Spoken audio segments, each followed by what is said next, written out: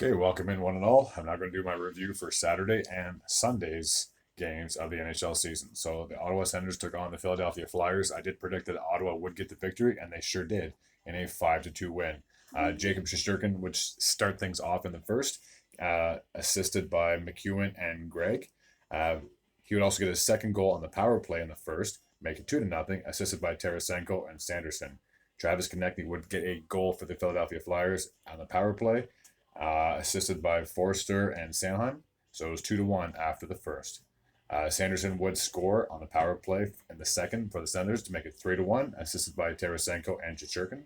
Cam York would make the game closer, 3-2, on an even strength goal, assisted by Konechny and Walker. And then Brady Tkachuk would give the Senators a 2-goal cushion at the end of the second, with just about 6 seconds to go, and it was assisted by Giroux. And in the third, Brady Tkachuk would ice the game with just about a minute and a half into the third, and it would be a 5-2 final score. So at that point, the Senators even their record at 1-1, and the Flyers they also are sitting at 1-1. So we'll take a look at the next matchup. Hold on.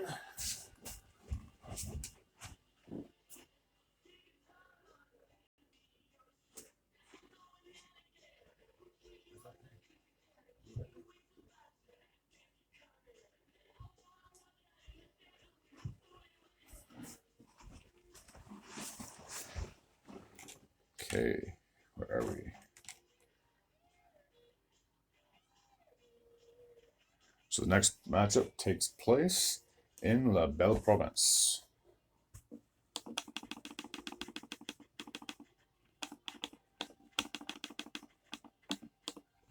There's two original six franchises took to the ice on at the Bell Center. I did predict Montreal would get the victory and their first win of this young 2023 campaign. 3-2 was the final score. So Cole Caulfield would score in the first period, assisted by Josh Anderson. Tanner Pearson would get his first goal as a Montreal Canadian, assisted by Gooley and Monahan. And then Monahan would get a shorthanded goal, assisted by Harvey Bernard, to give the Canadians a 3-0 lead. After two, Tyler Johnson would score twice in the third period for the Chicago Blackhawks, but it was just a little too late to make a comeback. So on the first goal, Jones and Radish would get the assist, and on the second goal, Perry and Bedard would assist on Johnson's second goal of the contest. So Montreal is sitting at 1-0-1, and at the time, the Blackhawks are sitting at 1-2-0. So we'll take a look at our next matchup, which takes place in Manitoba.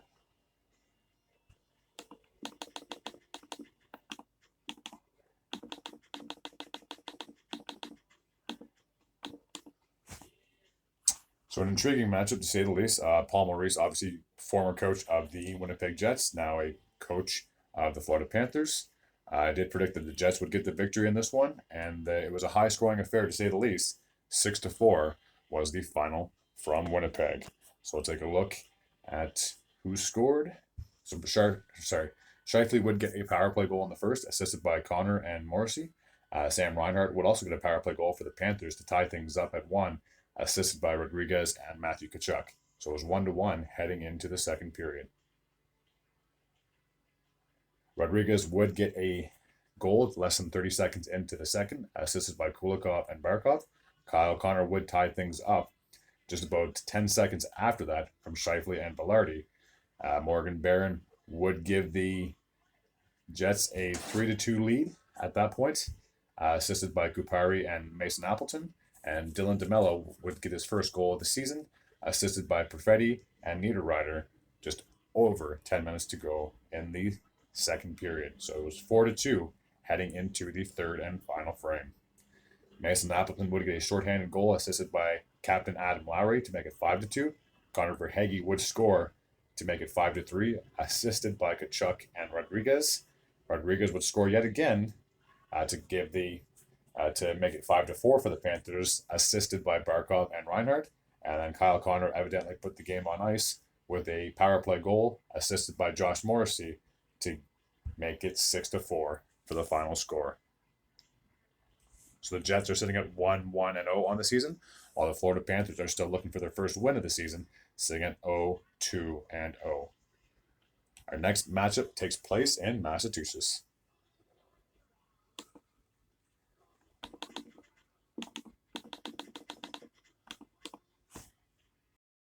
Predators went into Boston to take on the Bruins.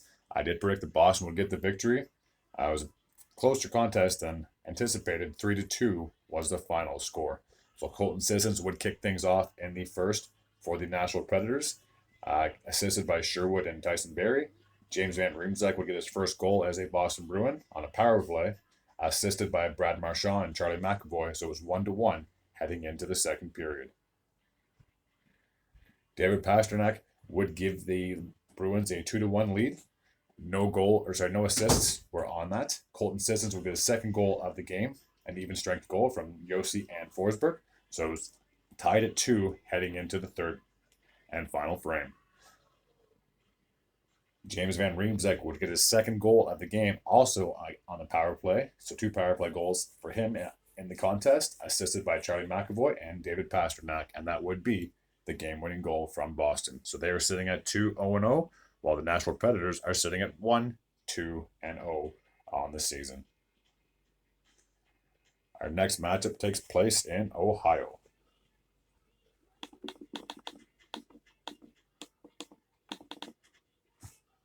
As we have 2 blue shirts that took the ice on said day. I did predict that Rangers would get the victory in this one, but evidently it was not meant to be. Final score from Columbus, 5-3.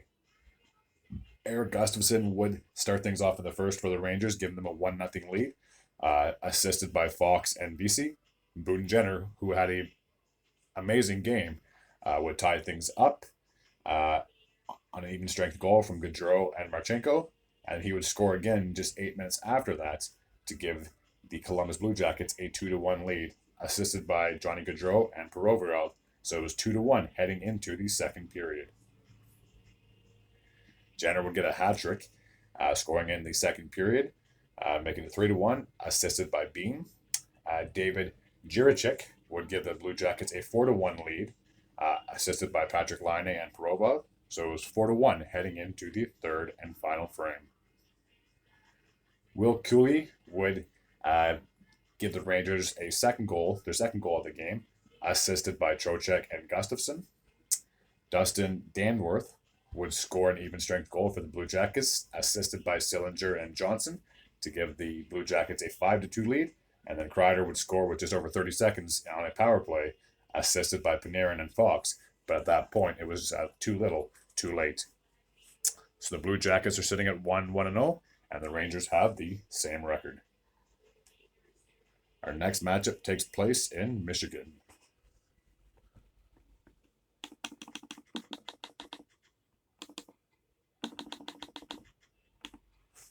So 2 teams from the Atlantic took the ice in Detroit. I did predict that Detroit would get the victory only because Vasilevsky's out. So Tampa Bay is just pretty much doing anything they can to get some type of goaltender in their system. But I feel like it's going to be very hard to have someone to his pedigree to fill in those big shoes. So final score from Detroit was 6-4. Daniel Sprong would kick things off for Detroit in the first on an even strength goal from DeBrincat. Stamkos would tie things up, assisted by Hedman and Kucherov. Brandon Hagel would actually give the Lightning a 2-1 lead, assisted by Hedman. And then Alex DeBrincat would tie things up at 2 apiece, assisted by Shane Gothisberg. So it was 2-2 heading into the second period. Lucas Raymond would give the Red Wings a 3-2 lead, no assists on the play. Steven Stamkos would score to tie things up at 3, assisted by Hagel and Cirelli. And then JT Compher would give the Detroit Red Wings a 4-3 lead heading into the third period, assisted by Seider and Kopp. In the third, Alex DeBrincat would score, assisted by Larkin to give the Detroit a 5-3 lead. Victor Hedman would get the Lightning a little bit closer, making it 5-4, assisted by Kucherov and Stamkos. That was a power play goal. And then Seider scored. The game was pretty much over when he scored. It was less than a second to go, assisted by JT Compher. So, like I said, final score from Detroit, was 6-4. Detroit sitting at 1-1 and 0 on the season, and the Lightning have the same record. Our next matchup takes place in Pennsylvania.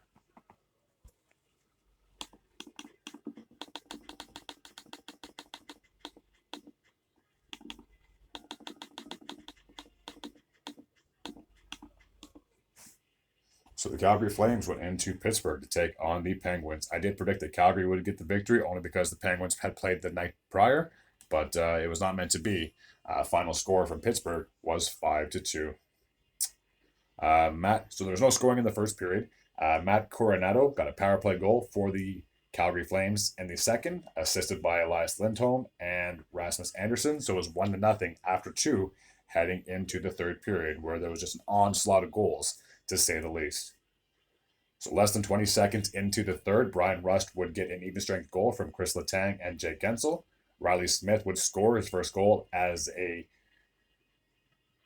Pittsburgh Penguin, and that was an even strength goal, and that just happened about 20 seconds after the Rust goal. So Malkin and Graves assisted on that goal as well.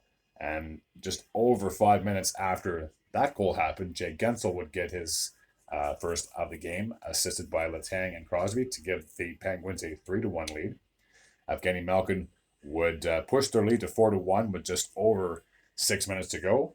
4-1, assisted by Riley Smith. Jonathan Huberdeau would get the Calgary Flames their second goal of the game, an even strength goal from Matt Japani and Noah Hannafin to give, like I said, to cut the lead in half. And then Rust, evidently, with 20 seconds to go, put the game on ice, assisted by Jake Gensel. So 5-2 was the final from Pittsburgh. Our next matchup takes place in Ontario.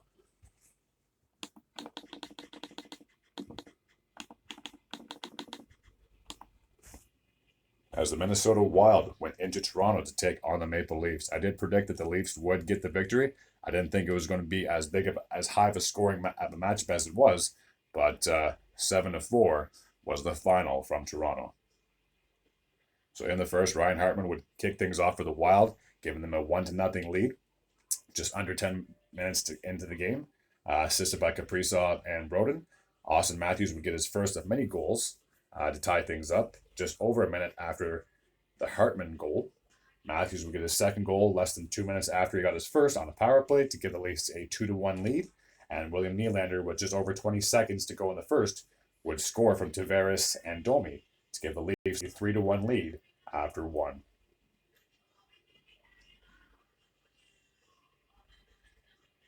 In the second, Tyler Bertuzzi would score a power play goal with just over 3 minutes into the second, assisted by Yarncroc and Morgan Riley to give the Leafs a 4-1 lead. Matt Boldy would cut the lead in half, getting his first goal of the game, assisted by Zuccarello and Addison. So it was 4-2 at that point. And then it would get close as Marco Rossi, with just over 10 minutes to go in the second, would get his first goal of the game, assisted by Foligno and Faber. So it was 4-3 heading into the third and final frame. Cal Yarncroc would give the Leafs a 5-3 lead with just over 10 minutes to go in the game, assisted by Riley and Brody. Matthews would get a hat trick, no surprise, just about 30 seconds after the Yarncroc goal. So it was 6-3 at that point, assisted by Mitch Marner. William Nylander with his second goal of the game to make the 7-3, assisted by Klingberg and Tavares. And with just over 2.5 minutes to go, Brandon Duhaime would get his first goal of the game, assisted by Dewar and Middleton. But at that point, they were long gone. So 7-4 is the final from Toronto. The next matchup takes place on Long Island.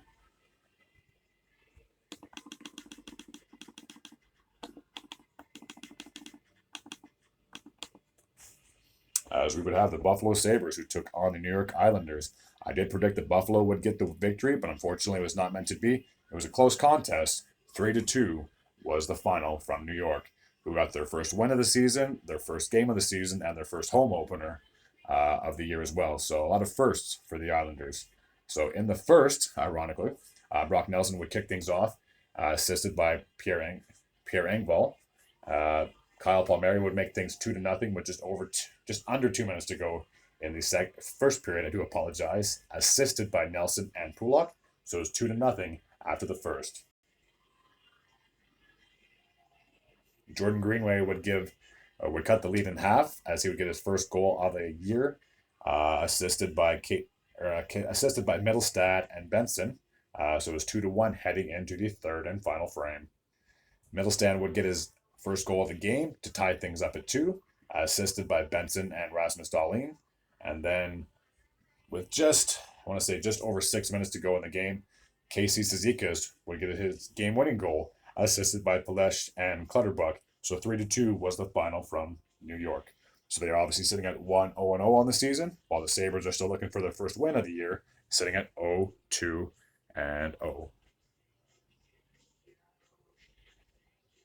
Our next matchup takes place in the state of Missouri.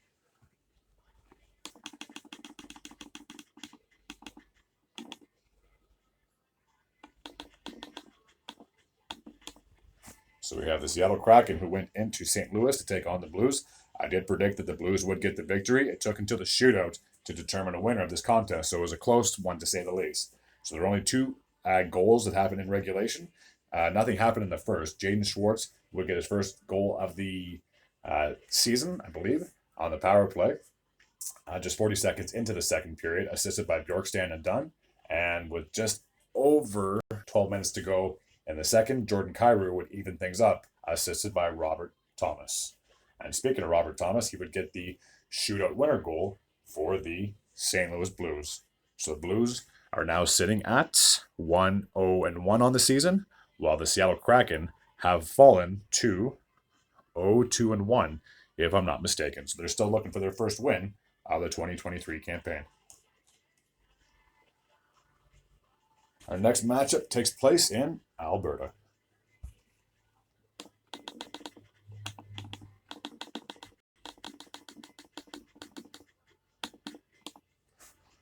So 2 teams that are very familiar with each other, the Vancouver Canucks and the Edmonton Oilers. They played their home opener in Vancouver, and it was a blowout win for the Canucks. 8-1 was the final score. The Oilers were trying to get some redemption back on home ice. I did predict them to win, but it was not meant to be. 4-3 was the final from Edmonton. So Draisaitl would kick things off in the first, assisted by Nugent Hopkins and Zach Hyman, just 40 seconds into the game, to be precise. Andrew Kuzmenko would get a power play goal from Quinn Hughes and Elias Pettersson to tie things up with just over 10 minutes to go in the frame. And Nils Hoglander would score with just over 2 minutes to go, assisted by Bester and Myers to give the Canucks a 2-1 lead after 1. Connor McDavid would get his first goal of the campaign on a power play, no shocker there, assisted by Nugent Hopkins and Draisaitl. Jack Studnicka would get a goal less than a minute after that to give the Canucks a 3-2 lead from Elias Pettersson. And just under 10 minutes to go in the frame, Nugent Hopkins would score on the power play, assisted by Bouchard and McDavid. So it's all tied up at 3 heading into the third frame. Sam Lafferty was someone that the Canucks just acquired from the Leafs during the offseason. Would get the game-winning goal in the third period with just over 17 minutes to go, assisted by Hoglander. So, like I said, the final from Edmonton was 4-3 for the Canucks, who are now sitting at 2-0-0 on the season. The Oilers have fallen to 0-2-0 to start the season. Our next matchup takes place in California.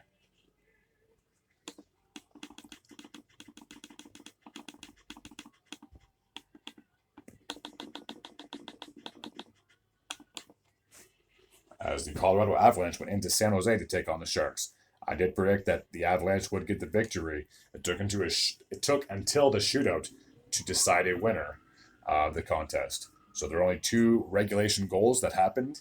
In the first, Thomas Bourriou would score with just over 11 minutes to go in the first, assisted by Benning and Hoffman. And then in the third, it took until about a minute and a half for the game to be tied up from Cale Makar, assisted by Vladimir Nichushkin. And then Mikko Rantanen would score in the shootout to give the Avalanche a 2-1 win. So they're now sitting at 2-0-0 on the season, while the Sharks, who played their first game, are sitting at 0-0-1 after that contest.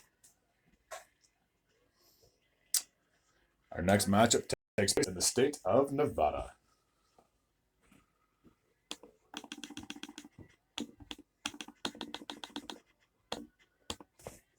As two Pacific teams took battle in Las Vegas. I did predict that Vegas would get the victory, and they sure did. 4-1 was the final score. Let's take a look at the scoring summary. So Jack Eichel would score with just over 2 seconds to go in the first. So Ducks narrowly got out of that first without letting a goal, but Eichel would put the puck in the back of the net before the buzzer, assisted by Shea Theodore and Chandler Stevenson. So it was 1-0 heading into the second period. And speaking of Chandler Stevenson, he would score with just under 5 minutes to go in the second to make things 2-0, assisted by Cotter and McNabb. So it was 2-0 heading into the third and final frame. Shea Theodore would get a power play goal with just over 6 minutes to go. Under 14 minutes to go in the third, assisted by Jack Eichel and Stevenson. So it was 3-0 at that.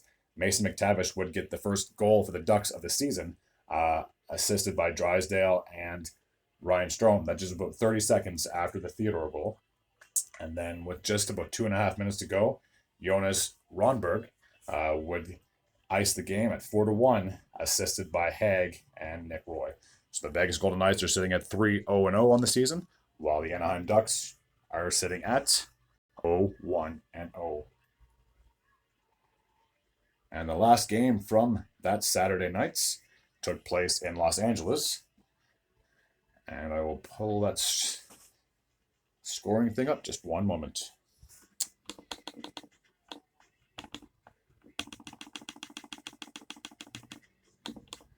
So the Carolina Hurricanes went into Los Angeles. I did predict that Carolina would get the win. I didn't think it would be as high of a scoring affair as it was, and it almost looked like the Hurricanes were going to blow the lead. I'll get into that in just a moment. So Brett Burns would kick things off in the first with an even strength goal from Slavin. Sebastian Aho would make things 2-0 for the Hurricanes on a shorthanded goal, no assists. Barry Kotkaniemi would make it 3-0, and then Drew Doughty would finally get the first goal of the game for the Kings with about 1.5 minutes to go, assisted by Fiala and Anderson. So it's 3-1 for the Hurricanes heading into the second period. Brandon Lemieux, a former King acquired by the Hurricanes during the offseason, would score with just over 3 minutes into the second, assisted by D'Angelo to give the Hurricanes a 4-1 lead. Anze Kopitar would cut the lead in half on a power play, assisted by Kempe and Fiala, so to make it 4-2. Teuvo Teravainen would score a shorthanded goal from Sebastian Aho and Shea to give the Hurricanes a 5-2 lead. And then with just over 6 minutes to go, Trevor Moore would cut the lead again down to 2 to make it 5-3 on a power play goal. So it was 5-3 for the Hurricanes heading into the third and final frame. Vladislav Garakov would cut the lead to 1, assisted by Trevor Lewis and Lazat with just over 9 minutes to go in the game. And then Anze Kopitar with 1 minute and 21 seconds to go in the game would even things up, assisted by Grundstrom and Kevin Fiala. So there were no goals in overtime. Jordan Martin would get the game-winning goal for the Hurricanes to give them a 6-5 overtime win. So the Hurricanes are sitting at 2-0-0 on the season, while the Kings are still looking for their first win. They are sitting at 0-1-1. I might as well go over the 2 games that happened on Sunday as well, and then that'll wrap things up for now. So I just got to pull up the scores. Where are we?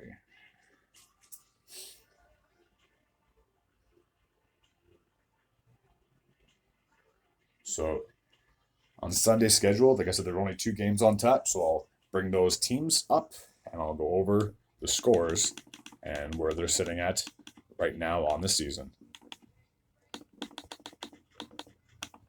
So the first matchup took place in Ontario, in Canada's capital.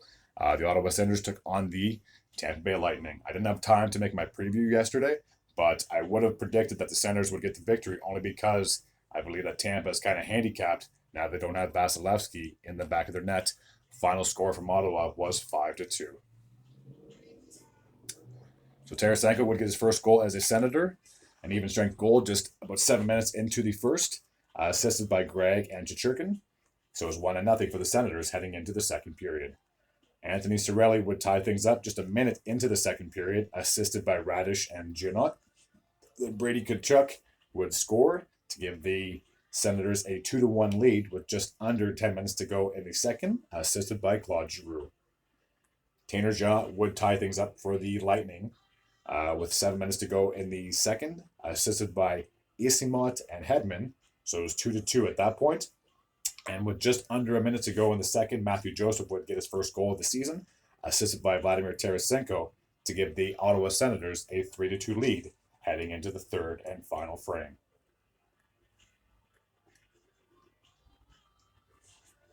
Brady Tkachuk would score yet again. No surprise there, with just over 7 minutes to go in the third, assisted by Sanderson and Zub. So at 4-2 at that point for the Sens. And then Tim Stützle would pretty much put this game on ice with just under 3 minutes to go, assisted by Brady Tkachuk, and Giannis Korpisalo would get on the score sheet. So 5-2 was the final from Ottawa, who are now sitting at 2-1-0 on the season, while Tampa Bay has fallen to 1-2-0. And the only other game that happened on Sunday took place in California. So I will pull that game up right away.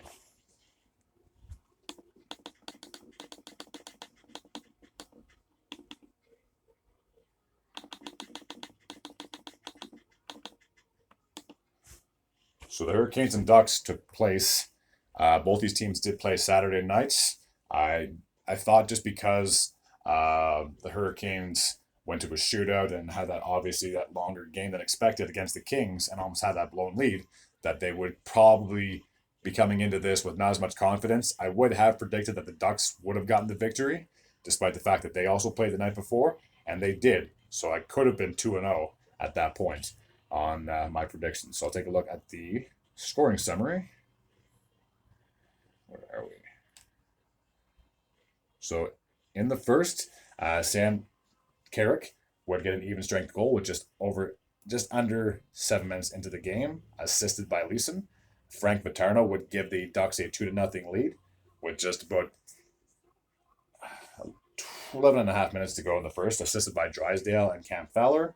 And Pavel Mintyukov, with just under 8 minutes to go in the first, would give the Ducks a commanding 3-0 lead, assisted by Lacombe and Ryan Strome.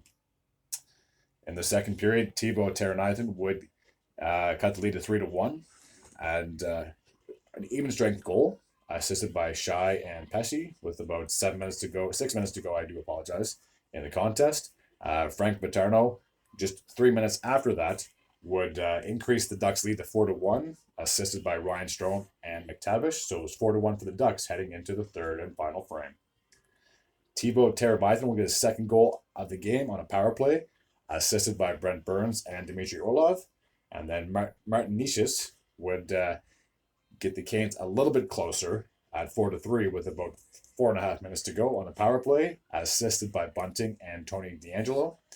Cam Fowler would extend the lead to 5-3 with just under 2 minutes to go in the game, assisted by Terry and Henrique. And then just about 40 seconds after that, Frank Vaterno will get his second goal of the game to double up the lead to 6-3, assisted by McTavish. So the Ducks got their first win of the season. They are now sitting at 1-1-0, while the Hurricanes are sitting at 2-1-0 on this young 2023 campaign. As always, if you happen to come across this video and you like this type of content, feel free to hit that sub button. I'd be greatly appreciated and very thankful for it. And as always, take care.